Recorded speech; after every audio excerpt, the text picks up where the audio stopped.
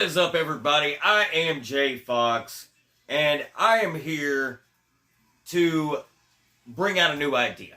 See, first of all, I considered all of my research that I've done over the years of being a lifelong wrestling fan, growing up in the time period of even before the Monday Night Wars. But I was a wrestling fan as a kid.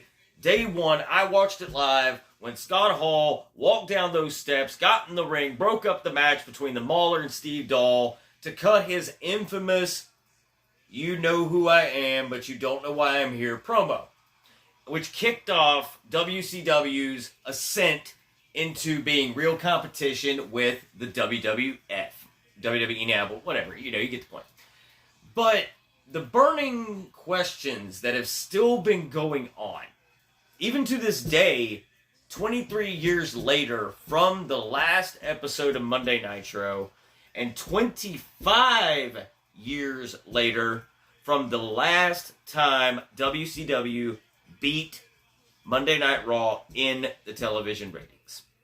And everybody has their own speculations, everybody has their own theories, and everybody has their thoughts of how WWF made the comeback, how WWF overtook WCW, and why.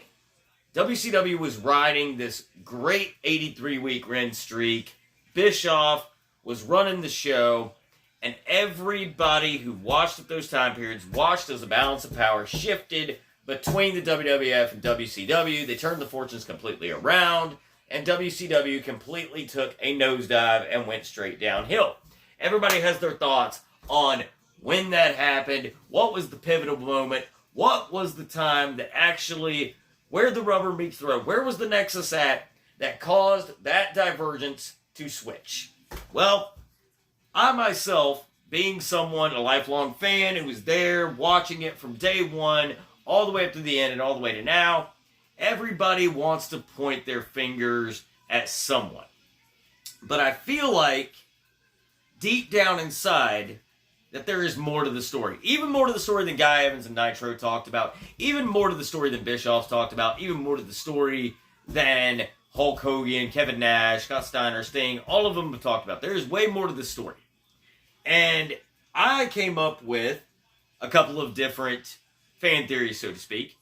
And people can say they're conspiracies. People can call them outlandish. People can say I'm out of my mind for these. But I'm going to start a new series, okay?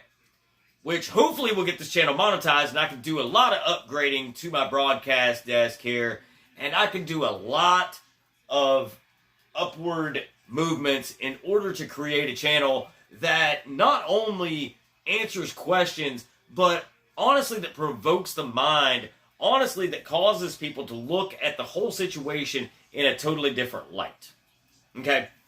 First off, everybody wants to blame this man right here, Hulk Hogan, which honestly, you're looking at the wrong man, this is all my opinion, to say what caused the death of WCW. Everybody wants to look at Bash the Beach 2000, everybody wants to look at Creative Control, and that doesn't work for me, brother. They want to look at this man right here as the reason why it failed. However, if you look at this man right here, he's the reason that WCW even crawled out of those smoky, dimly lit armories and moved to a mainstream product. It wouldn't have been done without Hulk. It wouldn't have been done without Hall. It wouldn't have been done without Nash. They brought it. They didn't come in to destroy it. They came in to make it better and to make money, because they knew the more money they made, the more pay-per-views they moved, the more merchandise they sold, the more everybody was going to benefit. And yeah, you want to accuse them of keeping talent down. You want to accuse them of wanting to stay on top. The Millionaires Club New Blood angle, you want to accuse them of being those guys. That's all fine, well, and good.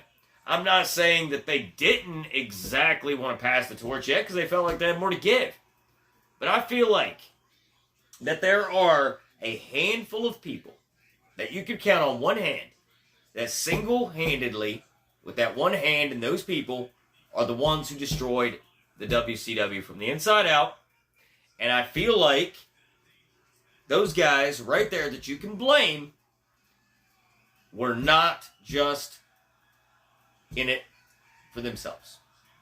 No, I believe that the Monday Night Wars ended abruptly and so quickly within a 1-year decline in the year 2000, into 99, beginning 2000 up to 2001, for the single solitary reason that there was this handful of people who were, I don't know how to put this, who were mission statemented, whose mental mission statement was that to destroy WCW. And I'll get into this in later episodes, and I'll break this thing down, and I will give my theories, and you guys can feel free in the comments section to rip me a new one, call me a piece of shit, call me a whatever you want to do, call me a conspiracy theorist, say I'm slandering, say I'm bashing, whatever. You can say what you want.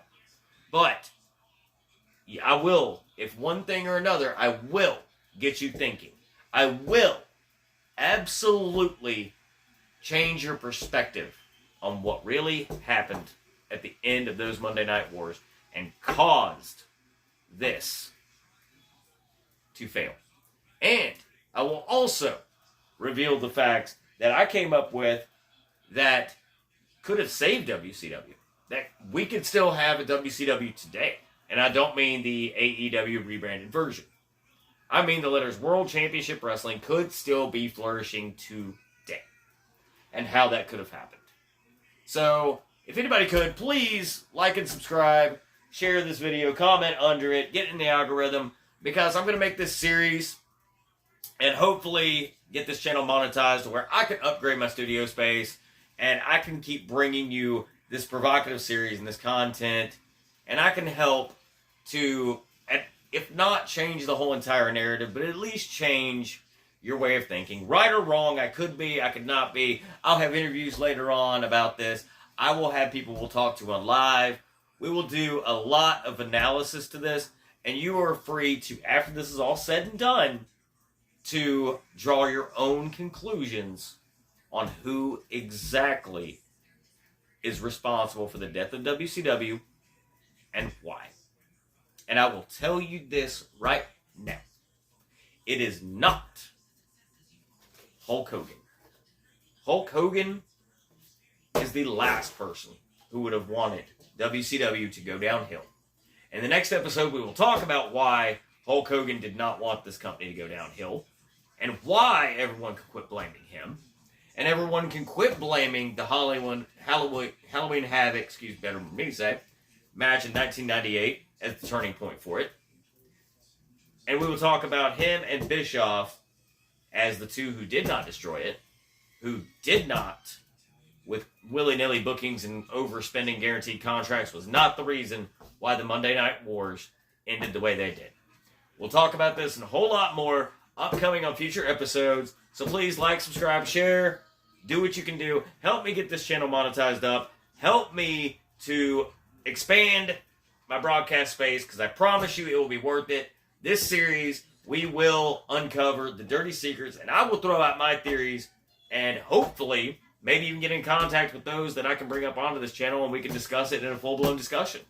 So, until then, I'm Jay Fox, and we will see you on the next episode when we delve into why Hogan and Bischoff are not the ones responsible for the death of WCW, and who really is. We'll start naming those names.